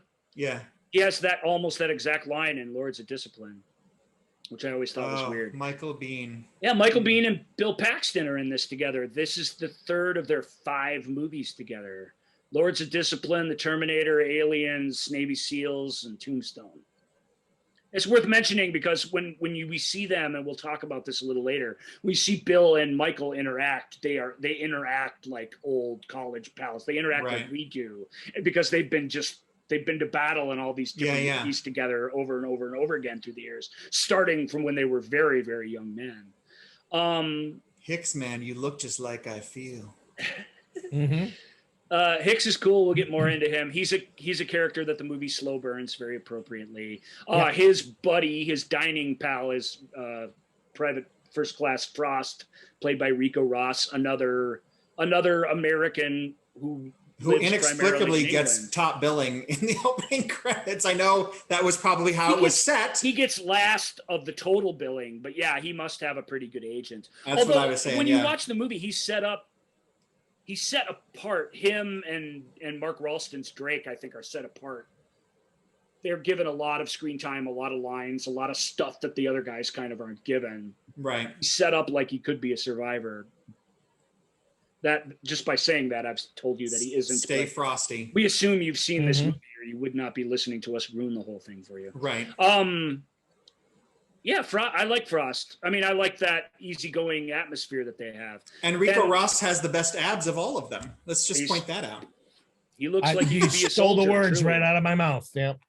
These are the things that are important to me. I'm sorry. Yep. Yeah, go ahead. And so then we have Private Hudson. He's what Ripley was really, which is weird. But he's the technical. He's the private with all the technical experience. He gets all the computers and stuff. Yeah. We see him doing his job, but we're never really told that's what he is. Yeah. But that is what he is. Hudson is a hoot, man. Everything that comes out of Hudson's mouth is cinema gold. It is. Yeah, It's- he's the goofball. He's the big he's Paxton the, appeared in levity. Weird Science the summer before, and of course that's an iconic role for people of this generation. But to me, his coming out party as an actor is Hudson. Hudson is off the hook, entertaining guy, and Cameron just lets him go off the rails and enjoys it. You know, The great thing about the Hudson character, though, is that he actually does have an arc. You know, I think he's a tertiary character almost, you know, and so, but he still there's a journey for this guy, and it's fascinating. I think that's what makes him so great. They all have an arc. All of them, truly. Even to the Even degree Gorman. they can, Drake and Frost have an arc, truly. Yep. Their time on screen goes through these things, and that then has a payoff to it. It's very, very powerful. Drake and Vasquez, the point combatants. Yeah. Drake's played by Mark Ralston, who's this kind of Shakespearean Fantastic theater character actor actor. who Yeah. has has a movie career where he just plays His badass resume actors. is 9 years long. Yeah, he's Mark Ralston's fantastic. Yeah. He also, if you ever get to listen to him, he's one of those actors who has a very profitable side gig reading audiobooks, and he's extraordinary. He's extraordinary breadth of talent, given what we see from his on-screen persona, which tends to be very narrow and specific. Which is fun. It's fun to hear. It's fun to hear this theater guy who can just do funny voices and pretend to be women, and it's neat. It's a neat experience. Well, I love the Because initial Drake is the ultimate butch psycho soldier but he's not one dimensional. I mean, the fact that you get that intro to him and Vasquez, their obvious relationship, I love that. It's never spelled out. They don't say it. They don't hug and kiss. It's just, it's a really lovely little detail. There's a hint of it enough in the script, and the two actors just great chemistry. Embraced it, and every chance they can get on screen, that camaraderie between the two of them, the mutual respect. It is a powerful relationship. They're the point people for each separate unit. Yep. Because they walk around with these giant rifles on Steadicam mounts. Yeah. And they're basically the ones out front. And it's super cool that Drake is the kind of guy we would expect to be that in this movie. And that Vasquez is completely not the kind of person we would expect to be. Vasquez is played by the person who really should have had Rico Ross's billing. Yeah, Jeanette Goldstein. Jeanette Goldstein. It's rather crazy that her name is not featured in the opening credits, and his is. I think the thing is, like, aside from Ripley and everybody else in this film, aside from Ripley, I think Vasquez is the most iconic, wouldn't you say? I mean, even beyond Hudson. She's incredibly impactful. The moments she has on screen, she absolutely, your eyes go to her. Hey, Mira, who's Snow White? Yeah. Well, and Hudson has that super famous smartass line that we've already said in the show. Because she's this Hispanic character, and he says, somebody said alien. She thought they said illegal alien and signed up. Oh, sorry. Mm-hmm. Yeah, and they're like, man, Vasquez, you ever get mistaken for a man? And she's like, no, do you? Have you? That's so great. Yeah, and she gets all these great. Yeah, she gets all these. Well, if you know Jeanette Goldstein, like in real life, it really is a theatrical performance. It really is for sure. It's cut all your hair, just transform yourself into something. Yeah, she's different. A buxom, big-haired, curly-haired beauty, half Jewish, half Irish. I was gonna say, just you can get a sense of her abilities and her talent by just looking at the movies she's done with James Cameron. Yeah. The foster mom in Terminator 2 and the Irish mom. immigrant in Titanic. Yeah. So it's like right there, and you. It's really I'm gonna say interesting. I hate that I keep saying it, but as much as I love this movie, and of course I would die to just meet Sigourney Weaver, but I think I would probably lose my mind if I met Jeanette Goldstein. I think I wouldn't be able to control it. You guys are neighbors. She could wander but she's so interesting. I mean, and she really is. She absolutely owns her moments. The story has been blown up, but somebody said illegal alien, and she showed up is based on this sort of real life thing that happened to her. I've heard it. Yeah, she didn't know what she was auditioning for. She came to the Aliens audition with makeup on and her hair tricked out in 1985 fashion, and this dress, and to audition for either Vasquez or Dietrich or whatever roles that they had, and it's a testament to everybody. A testament to, first of all, Gail and James and whoever cast this, I can't remember, but just saying, this is completely not right, but here's an actor who's taken her time. Let's give her the chance to do this. They give her this righteous chance to sort of figure out the role and then give them a proper audition, which she nailed. And her showing up, not knowing really the context of what she was auditioning for, and being able to turn on a dime during an audition and really competently do it. It is all kind of, and it ends up with movie magic. the very Caucasian person playing a Hispanic person, I guess, aside, which back in '86 wouldn't have been really an issue at all. But we don't want to just walk by without at least mentioning that. Sure. That these days is not particularly cool. It's and she doesn't do it in blackface or anything like that, but she gets very tan and sort of transforms herself into what she thinks a strong Hispanic woman is in it, and had to maintain that sort of throughout the movie. I mean, there's a lot of girl power in this film, and it's I like the fact that it's not reserved just for Weaver. There's very like, much even as far as Carrie Henn, she's a resourceful child. That Newt is, so it's not, no one's depending on the men. We didn't really say her name. What's Newt's full name? And everybody calls her Newt. Rebecca Jordan. Rebecca Jordan. That's right. The Jordans. No, you're right, Michael. You're absolutely right. There's girl power without acknowledging girl power. The film makes nothing of it. The film makes nothing of it in the sense, because at this point in society, they are they're soldiers. They have their roles. They do everything, and they're expected. In the end, the flat-ass, most badass one of all of them is the woman, is Private Vasquez, without question. Yep. So real quick, we should mention the other privates. She out-toughs them all. You get the feeling she's gonna, but the film never wavers. She's a single-minded, battle-ready soldier, and she's, even though she has her moments, she's best equipped to cope with this because she only loses her cool once, and that's when she gets on Gorman. That's it.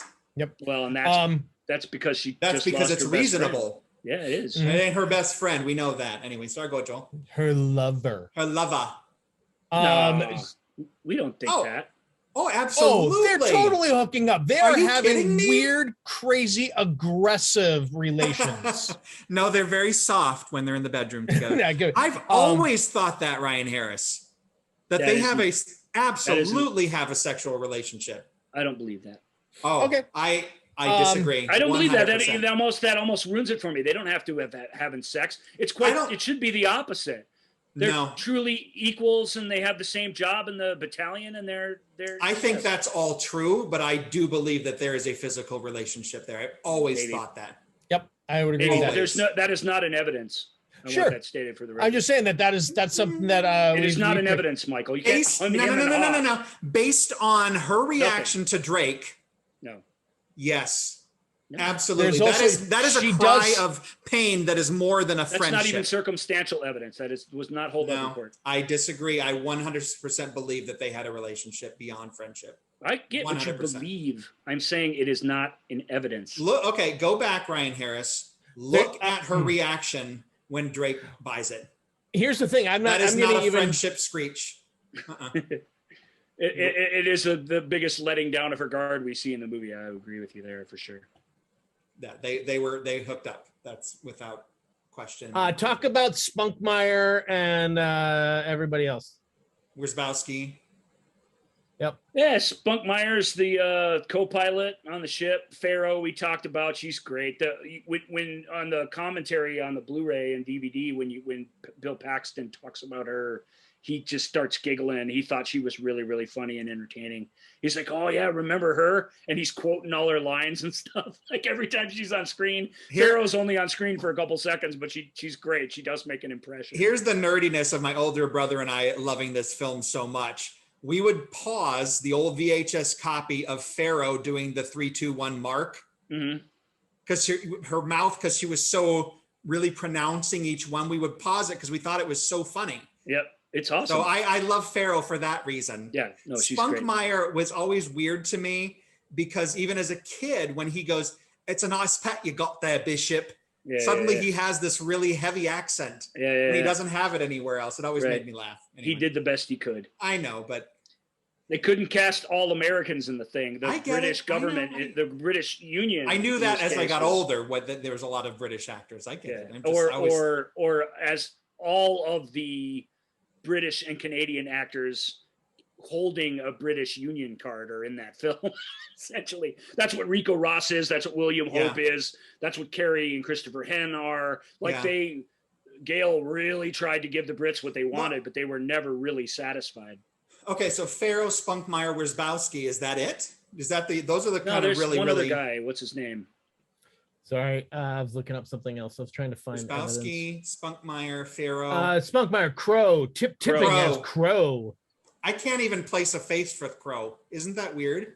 He was Crow's the one stuntman. who, at the end of all hell breaking loose, whose body like flips over and his head upside down. Is this the one? He's the one that kind of looks at the magazine carrying thing. Is that the one? That's Wierzbowski, right? I don't know that. I don't know. Okay, maybe. I mean, that could be Crow. I guess you can't give everybody as much as you give all the Hudson and a couple of these people. I guess maybe a little something, and I guess the fact that they're in helmets, so they all look similar. You could have dropped Wierzbowski and Crow all together. Probably they don't have any significant screen time otherwise. Agreed, except that I love the fact that there's so many casualties so quickly. You need that. Yeah, I agree. And it helps. It helps fill out the scene, the briefing scene, and all that. Yeah. Anyway, these characters are fantastic. They must have been fantastic on the page, and they're fully realized and fantastic. This group of Marines, they were brought through training together. Even the ones at the smallest parts. Michael Biehn wasn't part of that. We'll get to that in a second. Yeah, sorry. But all the rest of them they built up this thing together. James Cameron, when they were doing their fittings, brought in this box of junk and dumped it out on the table and said, it goes, decorate your uniforms with this stuff. Pharaoh's helmet says, fly the friendly skies. I love that. They all have different sayings and things written on stuff. That was all the actors making these parts their own, which I really think this tiny little Vasquez I have, it says on her armor, El Riesgo siempre viva. Only the strong survive, roughly translated.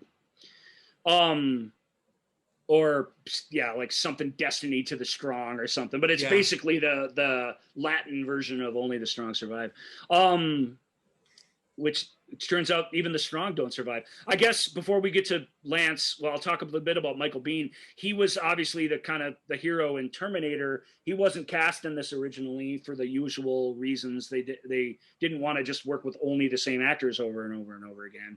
I guess Henriksen in this case accepted. Hicks and his body armor and everything, it was designed to went through formal training, was the actor James Remar, who a couple days into shooting turned out wasn't going to work out. Gale and James have been very diplomatic about that over the years. They're like, well, it's just creative differences. Well, Hill brought him in, right? Because he worked with him on the Warriors, right? Worked with them on the Warriors and a number of other things. If you talk to Remar, he'll tell you he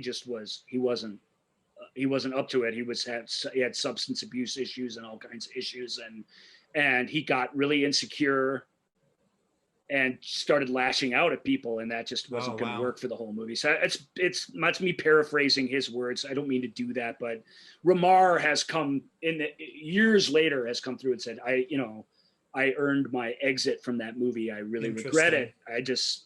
That was the state I was in at the time. Sure. I let Walter down. I didn't get to be a part of what turned out to be a really good movie, which really was just the thing I needed at the time. And I needed time to clean myself up before I got back into this sort of work. I'm not super familiar with James Remar's catalog, but it seems to me, I mean, Hicks, the soft spokenness that Biehn brings to the role, I think is so important. You don't agree? No, I totally agree. I'm shaking my head as in that. To me, that's what Michael Biehn is as an actor. He has this quiet intensity and integrity to him, and Hicks has this soulfulness that he's sharing with you to some degree the entire film, but which really becomes important later. Remar is a really good actor. He's actually very appropriately cast as the thoughtful soldier, but would have wore that on his sleeve in a way where Biehn keeps it to himself the same way the character sort of keeps it to himself. And the film benefits from that swap. They called Michael up in the middle of the night and said, "Hey, is your passport in order?" And he's like, "Yeah." and they're like, all right, you're coming to England. Yeah. Get on a plane. But what right a now. what a wonderful Take us one turn of over here. We'll have events. someone meet you at the airport.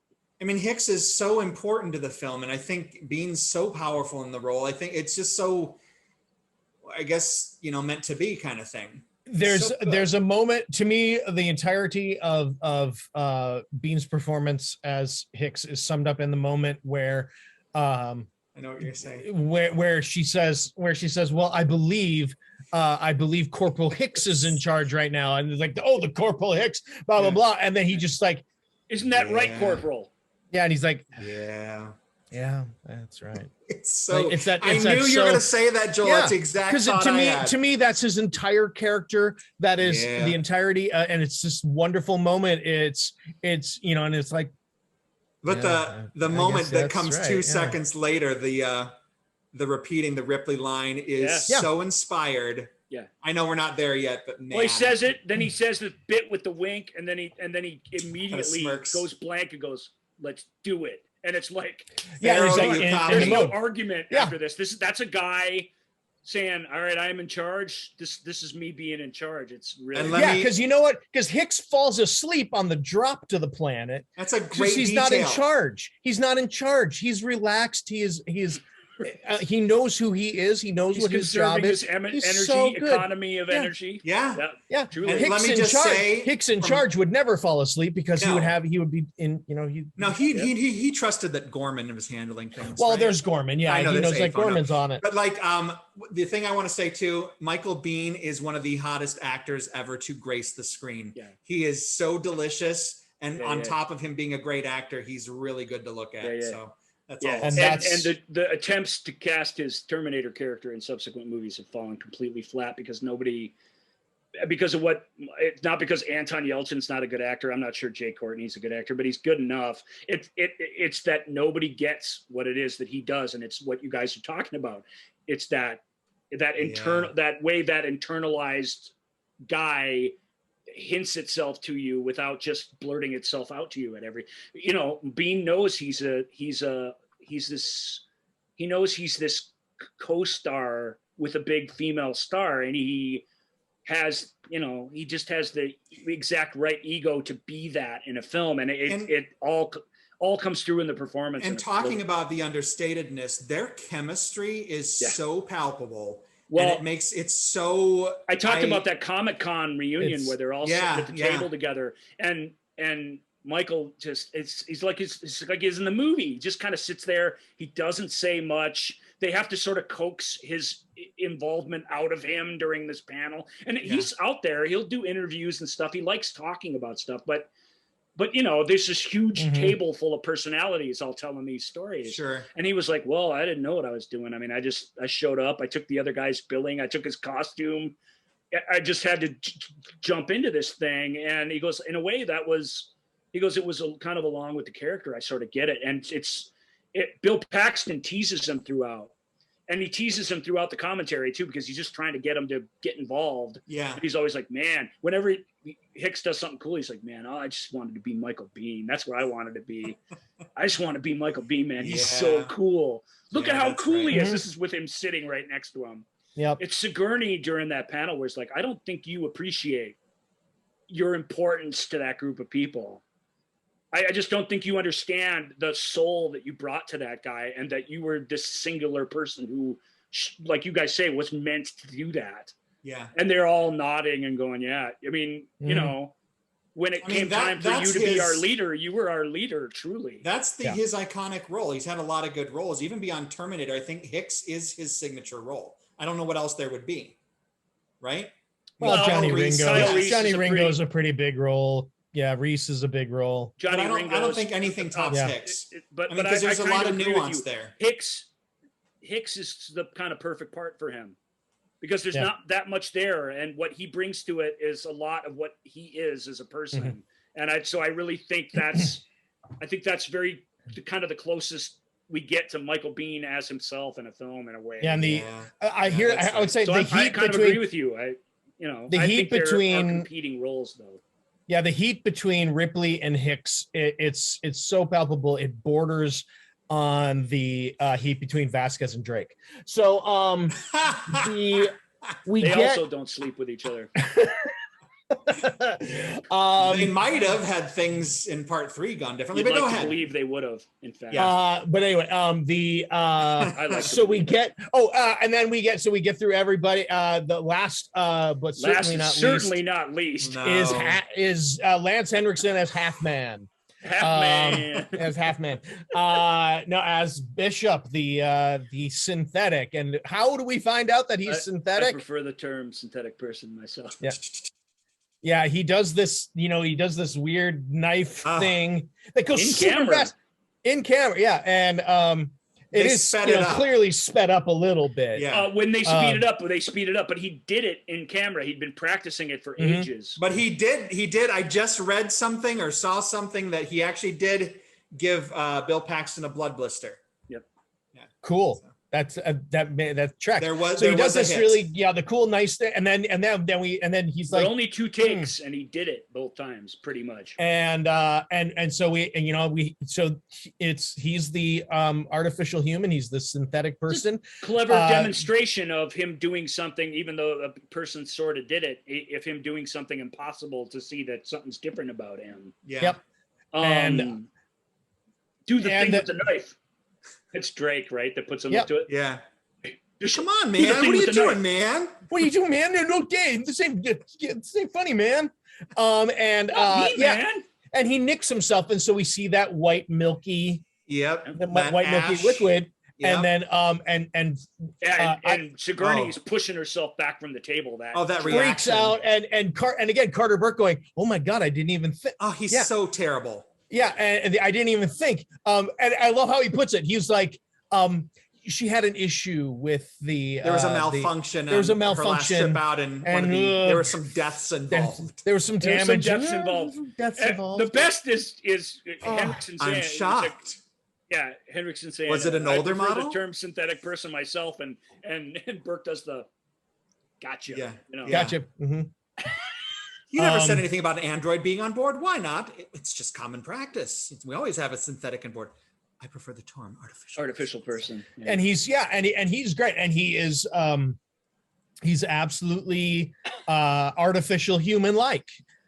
He's he's calm. We talked he's about it non- last yeah. week. Michael asked the question. I wonder if Lance studied, Ian Holm. But yeah, I can tell you, he absolutely studied everything Ian Holm did. He wanted the guy to be true to what the guy is in the script. We will get into what that is. I know you guys have seen this, but I don't like to reveal big things until we get to them. That's sort of the point of this. But he wanted to be consistent with that. He also understood that he was something of a red herring and wanted to be sort of as otherworldly and as threatening, and to feel as duplicitous as he can within staying true to what he was. And that's the trick of that performance. And it really, really is to make the choices that are consistent with who he was, but to understand from a larger storytelling standpoint that the things that are supposed to creep you out and make you weary of him do to the maximum they can. That's where the payoff is. And he does that great. He had these special contact lenses with 2 pupils in them made for the film, where when he was studying the alien, he was going to turn around to Spunkmeyer and have 4 pupils, and Cameron said, he's all like, in his brain, he's like, I don't know, but whatever. Yeah. I'll here's an actor having ideas. I want to encourage that. So he said, sure, but it was way too weird when he did it. It was like, it just made you go, wah, and sort of made the meaning of the scene go away. Lance Henriksen, I've always found to be a very attractive guy, but he's so unique looking. I think that casting, I mean, obviously they worked together on Terminator, but the casting and Piranha of him, 2: The Spawning. Oh, he's in that. I didn't know that. Lest but we forget. it's such a unique look. It's so perfectly tailored to Bishop.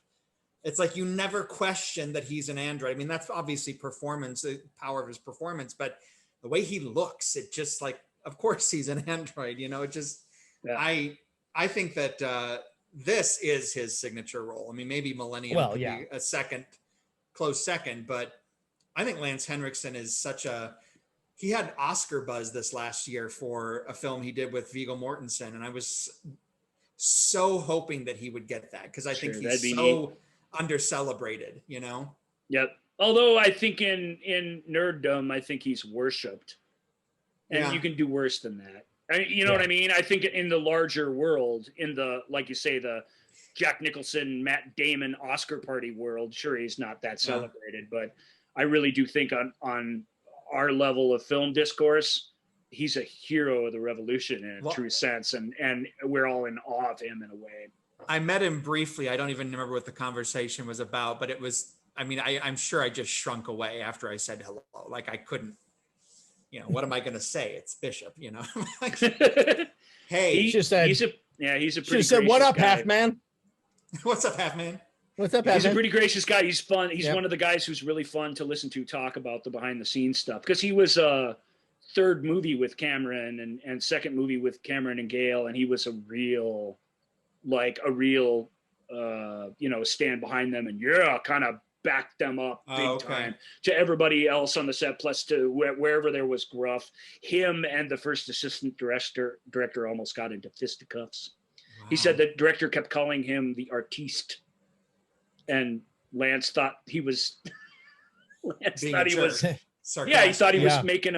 was making a thing about whatever, and he's like, oh man, this guy, you know, and of course he finds out later that that's what they call everyone over there when they're on their calls. They call them all artistes, right? And he goes, it just goes to show you that you can speak the same language, but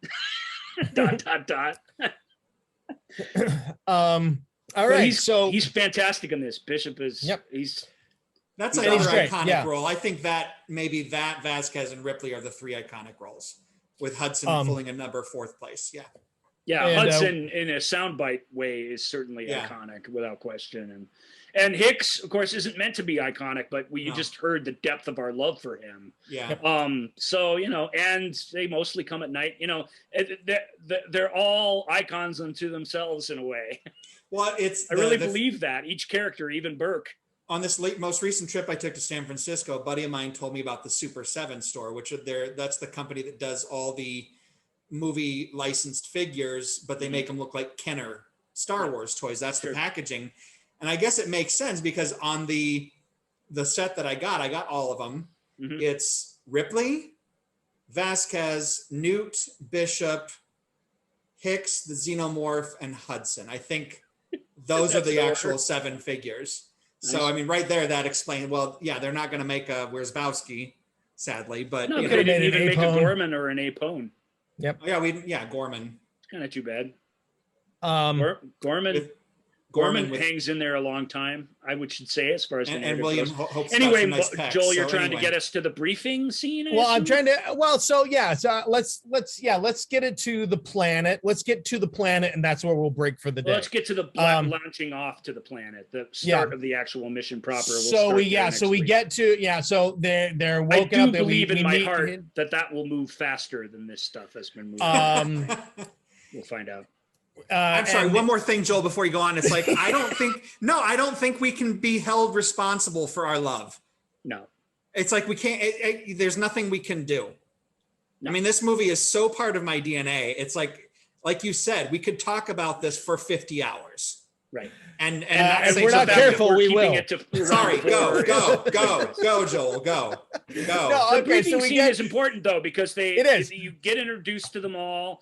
So we've Ripley been introduced to report, right? Yep, and he turns it over to Ripley, and she, again, it's not like Ripley is a seasoned vet or anything like that. She's the blue collar person that from the mining mission. Yeah. So she's like, well, I can tell you what I know, and this has happened, and then she's kind of rambling, and you can sort of see that maybe she's getting emotional. She's getting emotional, and Vasquez essentially bails it. It's not meant to bail her out, but Vasquez bails her out by just going, I just need to know one thing: where they are. It's like, and it's that bravado. Where they are. It is vibrato. Vasquez's vibrato. That's all I'm going to think about for the rest of the day. No, the bravado of Marines. She apparently and has a very lovely singing voice. I'm sure she does. I would not shock me. She can do everything else. She's got the bravado and the vibrato. And the vibrato. And so, yeah. And Gorman again then has the great, he's like, so yeah, anyway. well, the report is all in, the report's in there. Yeah. And and you can just tell none of them are going to do it. But then Ripley breaks in and says, herself into it. It's just one of those things, managed to wipe out my entire crew in less than 24 hours. And if the colonists have found that ship, then there's no telling how many have been exposed. Do you understand? I might know this movie by heart. Again, it starts with them. She's sort of bowed out of the conversation. It starts with them where they're like stupid colonists, all this done, they just like, they're not taking this seriously. And that's when she re-injects herself and insists that they do. Yep. And it's not a accident that the editing cuts to Hicks's reaction to that little speech rather than some of the other people who are still goofing around. Well, this is a great intro. Takes that to heart, what she says. Yeah. This is a great intro and to all of them. We get to understand their dynamic. We get to know some of them specifically. My very favorite moment in this whole sequence is when Apone calls everyone to action. Okay, do your jobs, and you just get this tiny little thing from Pharaoh. Oh, come on! It's when that's actually she gets the come on when she does it twice. William Hope says, "All right, listen up. I want this, and this much time. I want that, and this much time." By 7:30. Oh, come on. And then Hudson goes, can I ask, I have a question. How do I get out of this chicken shit? Unfit? But then you get the, and he's like, what is that shit, Hudson? He's like, well, he's like, can I ask a question? What is it, Hicks? I'm Hudson. He's Hicks. Yeah.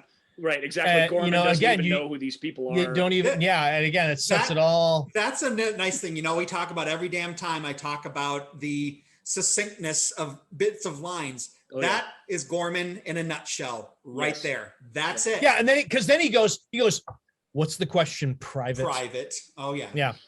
Right. And and then it's the that's so then they all he get doesn't to work. correct it by learning their names. He corrects it by just calling them by their regs from now on. That is really, really just a tiny little bit at the end of all this stuff in this one tiny little scene, and it's all magic. It's there. It's necessary because you need to know those relationships for when things get amped up later on. I want to. It's doing a lot of heavy lifting. Yeah, and stop. That was so. Oh, I didn't even realize it. I didn't even realize that. But you did it anyway. I totally planned you are the it. god of the segue. All right, move on. Go to the segue. So they are indeed they're starting to set. They're getting everything going. They're getting the drop ship ready. They're getting all their supplies together. It's the first time we see the big movers with the claw things and all that stuff. And Spunkmeyer seems to kind of suck at it. Let's be frank. Yeah. Well, anyway, he has his strengths slightly elsewhere. Average. Let's not go over. And he suck at it. But yeah, Ripley comes over and she's like, I sort of feel like a fifth wheel around here. Is there anything that I can be doing? And I love that. I love this exchange. It's is there anything that I can be doing? And Apone goes, I don't know. Is there anything you can do? Is there anything you? Well, if there's anything I can do. Yeah, I can run that loader, blah, blah, blah. So, and we get the great, she straps in and she's and she even kind of strikes a pose. Oh, she totally does. Where do you want it? Where do you want it? And then you hear Carly Simons "Let the River Run." Wrong movie. Oh yeah, right. Then Bay 12, please. So I need to tell you this. I was at Home Depot several months ago, and all their things are separated by bays. Yep. And I saw the Bay 12, and I'm like, if this isn't the most nerdy recognition for me, I don't know what. And I even had to take a picture of him, like Bay 12, please. I'm like, who on earth is going to know what the hell that's referencing? She's being very demonstrative about how skilled she is with this. And Apone and Hicks, I get it. They both think it's funny and they're impressed, genuinely. But they also think it's funny and they're laughing about it. And that's a they're not laughing at her. Yeah, they're not laughing at her. They're laughing at, all right, hey, awesome. A12. She's helping out. Cool, great. And that please is meant to be like, you're in Oh, charge. yeah. You know, Yeah. you move your Say stuff. or 12, whatever. please. Yeah. Yeah. That's a and, weird, but probably an appropriate place to end it because I think we're Yep. So then we climbing get on to board the dropship in the next scene, right? Yep, we're introduced. Yeah, so next time we're introduced to the supercar, the Marine sort of multi-purpose SUV. The car that PC. drives inside the dropship, Yeah. inside the Sulaco. It's like a Yep. little Russian toy. Russian or- toy. nesting It's doll, the it's a nesting APC. doll of stuff. Yeah, the APC, yeah, the armored personnel carrier. We get all these and then then it becomes full on military operation. They go through the whole psych up. We are badasses. Here we go, and then it's like, oh, move them out, Yeah. and they line up and they're doing all this stuff. Absolutely and that's badasses. Yeah. and that is where the mission really gets going. Well, I do want to say something before we cut that I don't know if you guys felt this too, or the time many millions of times you've seen this, but the way the anticipation is starting to ratchet by now. I mean, even scenes and scenes prior, every time I watch this, I'm starting to get nervous at this point. I know what's going to happen, but I can feel myself tensing. Like I know that this is going to be bad. And Well, I love that about it. It's noisier and busier than Ridley's film, but it takes its cues from Ridley's film. It knows that if you deliver the gut-wrenching horror at some point, everybody won't mind that you took all this time to set up all these dominoes. It won't mind watching that at all, and we don't. We revel in every moment in the setup of this film. That's part of the absolute joy of Alien, and it's definitely part of the joy of Aliens, which, as you say, is more of a character-dominated film than a mood piece like Alien is. Yeah. But both Well, I think one of the reasons it's works a thing that works. You take your time as long as you get I know, there. but I think it's because we love Ripley so much, and we are 100% invested with her at this point. So I think we're getting that sense from her because we can see her unease. We know she's not well right now, and I think that's kind of, we're taking a cue from that. And even with all the noise and all the bravado and all this, Well, we know yeah. exactly what they're writing into, and we know what kind of movie we came to see. We have all this knowledge that the characters in our universe don't have. But we I'm always saying, do. even after literally hundreds of viewings, I still get nervous. Yeah. Like I still like, oh, this is so bad. Yeah, all the humor. The other thing I might cut, although I might leave it in, from the extended version is Hudson's expanded description of the stuff that they're bringing down with them to fight whatever they find down there. Agree. I found that distracting this last viewing. Yeah, I don't think you need. I mean, the rest of the drop sequence is thrilling and fun. I don't think you need that little extra bit. Although, again, it's just another chip in the pile of you. Or do you just have no? Can I ask you guys? I want your thoughts on something. We're still in the drop sequence, so and this is obviously where we'll pick up. But I don't know that I want to have this in next week's show.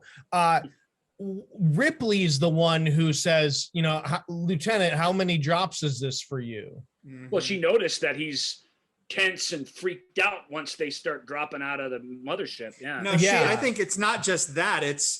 I think she's been picking up all these cues from him. Right. She knows that he is sweating, shaking. He is absolutely freaking out when the thing starts dropping. Yeah. And that makes her sort of rather, instead of saying, why are you freaking out? She politely and I asks, guess how many drops is this for you? And of course, Vasquez. And I guess no one else can ask. Yeah, no one else can ask that because they're underlings. They're lower ranked. And what's his number? It would either be 76 or something. No, 36 simulated. 36 How many simulated. combat drops? 3, including this one. Yeah. Yeah. Vasquez says that. How many combat drops, dude? Since we're talking about this. 3, including this one. And she says, oh man. Yeah, talk about adding to the angst. Right. Yeah. And then I believe that's where the Vasquez Drake sex scene happens, right? Correct. In the supercut. Now, when they take a little break to the little APC head, and they. I just always thought it was cool that they're inside a truck, inside a ship, inside a ship. Oh, it's fantastic! Yeah, It's this way everything has its own place and stuff. It's all very efficient. Ron Cobb's, it's not as busy a set design because they don't invest in it the same way they invested in Alien. They have a lot more they have to cover, but it still has that great, like Joel says, lived in functional quality to it all. It's really, really powerful. Well, and everyone's so, you can tell everyone's familiar with this. There's no one other than Gorman, of course, but everyone is just like, like we said, Hicks falls asleep. So, and the old fashioned green screen opticals of the planet below them, of Gateway Station and the Earth, and they still look great. You can kind of tell they're models, but in that way, they're almost better than CG in some ways because they have dimensionality to them. Yeah, and it's given the resources they were given to make this a decent budget, but just this felt like one of the biggest movies of this era of films, and it just from a budget standpoint, it was not. It was little more than Alien, which was 7 years of inflation ago. Yeah. It's impressive what they get done. Yep. All right. So next week we are going to pick up. We are going to start with our fly through of the of Hadley's Hope. Hadley's Hope. We're in the pipe. And we're in the pipe. 555. And we're going to pick There's it the up. damn beacon. Yeah, we're going to pick it up there. And in the meantime, you can share with us your thoughts on the different characters of Did Aliens. we somehow skip your favorite moment in the first third of Aliens? Indeed. I don't know well, how we talked a lot about if we did, the speak characters. And hey, do you have a thought on Vasquez and Drake? See, what I was trying to find is I was pretty sure in a moment coming up where Vasquez hands Drake a magazine, he says, "Thank you, baby." I don't know. So I'm going to go back and I'll have an update on that by next week. Oh my and God. I could have just been hearing things. And he definitely says something, but yeah, he said, I don't know if it's that. But I'll check on that, and then and that's where we will pick up. In the meantime, Even you if can let you're us know your sleeping with her, thoughts. it doesn't seem like a safe thing to call Vasquez in any sort of context, actually. Maybe. Fair enough. But you reach out to us, give us your thoughts on the characters. And if you in think Aliens. that it's cool that they're just combat buddies and stuff, please come to my defense, because I've thought that all this time. It never occurred to me they might be sleeping together until you guys just piled up on me. I've never thought that. I've also never not thought that. Yeah, and I'm sure you're not here's alone, also what I'll say. but- In the quick thing, that's what I was trying to find when I was asking you guys to talk about Spunkmeyer and stuff, is trying to find that moment.